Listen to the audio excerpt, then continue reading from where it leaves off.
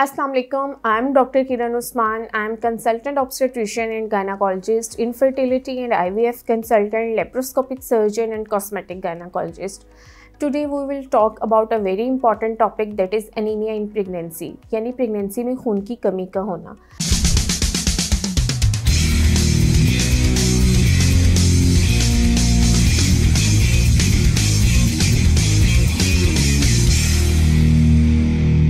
पाकिस्तान में almost 50 to 60% जो ladies हैं उनमें ये खून की कमी होती है। बट मेरे पास जो पेशेंट्स आते हैं, मेरे मुताबिक ऑलमोस्ट 70 to 80% लेडीज़ अनीमिक होती हैं। इसलिए मेरी पेशेंट्स को यही एडवाइस होती है कि वो पेशेंट्स जो कि कंसीविंग प्लान कर रहे हैं वो अपनी HB को इम्प्रूव करें और फिर वो कंसीव करें, क्योंकि वो पेशेंट्स जो ऑलरेडी अनीमिक होते हैं, जब वो प्रेगनेंसी में एंटर होते हैं तो मज़ीद उनमें खून की कमी होती है और उनको फिर काफ़ी ज़्यादा मुश्किलात का सामना करना पड़ता है। इसकी बहुत सी कॉजेज़ हैं। जो सबसे इम्पॉर्टेंट वन है दैट इज़ न्यूट्रिशनल डेफिशिएंसी। हमारे यहाँ ज़्यादा प्रोसेस्ड फूड्स होते हैं, चिकन बेस्ड होते हैं, फोर्टिफाइड नहीं होते, फूड की क्वालिटी अच्छी नहीं होती। ज़्यादा आयरन जो है वो गोश्त, अंडा, कीमा इसमें होता है।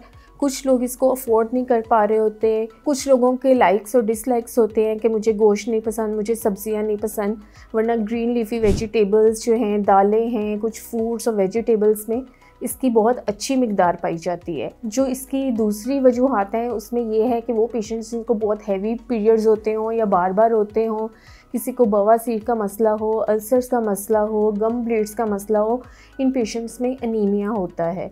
और एक बहुत इम्पॉर्टेंट वजह जो पाकिस्तान में बहुत ज़्यादा है दैट इज़ वर्म इन्फेस्टेशन, यानी पेट में कीड़ों का होना। अगर आपके पेट में कीड़े हैं तो आपकी कभी भी HB इम्प्रूव नहीं हो सकती। और एक बहुत इंपॉर्टेंट रीज़न है वो है थैलेसीमिया माइनर, क्योंकि जो थैलेसीमिया मेजर है वो तो क्लियर नज़र आ रहा होता है कि जिनको ब्लड लग रहा होता है, बट ये जो थैलेसीमिया माइनर के पेशेंट्स होते हैं ये जस्ट जीन्स कैरी करते हैं और जैसे ही ये प्रेग्नेंट होते हैं तो इनमें सिम्टम्स मैनिफेस्ट होना स्टार्ट हो जाते हैं। इसकी डायग्नोसिस के लिए जस्ट हमें एक सिंपल टेस्ट करवाना होता है दैट इज़ CBC, और इस सिंपल टेस्ट से हमें टाइप ऑफ अनीमिया भी पता चल जाता है कि कौन सी टाइप है by looking at the cell volume, कि आयरन डेफिशिएंसी अनीमिया है, फॉलिक एसिड डेफिशिएंसी अनीमिया है या विटामिन B12 डेफिशिएंसी अनीमिया है। और अगर थैलेसीमिया का एलिमेंट आ रहा है तो वो भी हम इससे डायग्नोस कर सकते हैं। इसकी जो मैनेजमेंट है उसमें सबसे इम्पॉर्टेंट जो है वो है न्यूट्रिशन।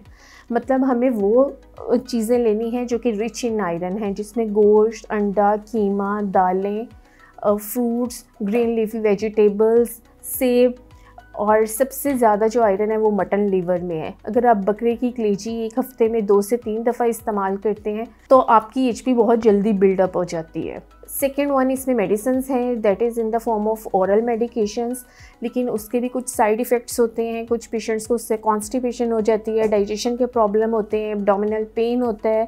हम पेशेंट को ये एडवाइस करते हैं कि ये दूसरी मल्टीविटामिन्स के साथ ना लें, इसको एम्प्टी स्टमक लें और विद वाटर लें, और सिट्रस जूसेस आप इसके साथ लें तो इसके साथ तो आयरन की एब्जॉर्प्शन अच्छी हो जाती है।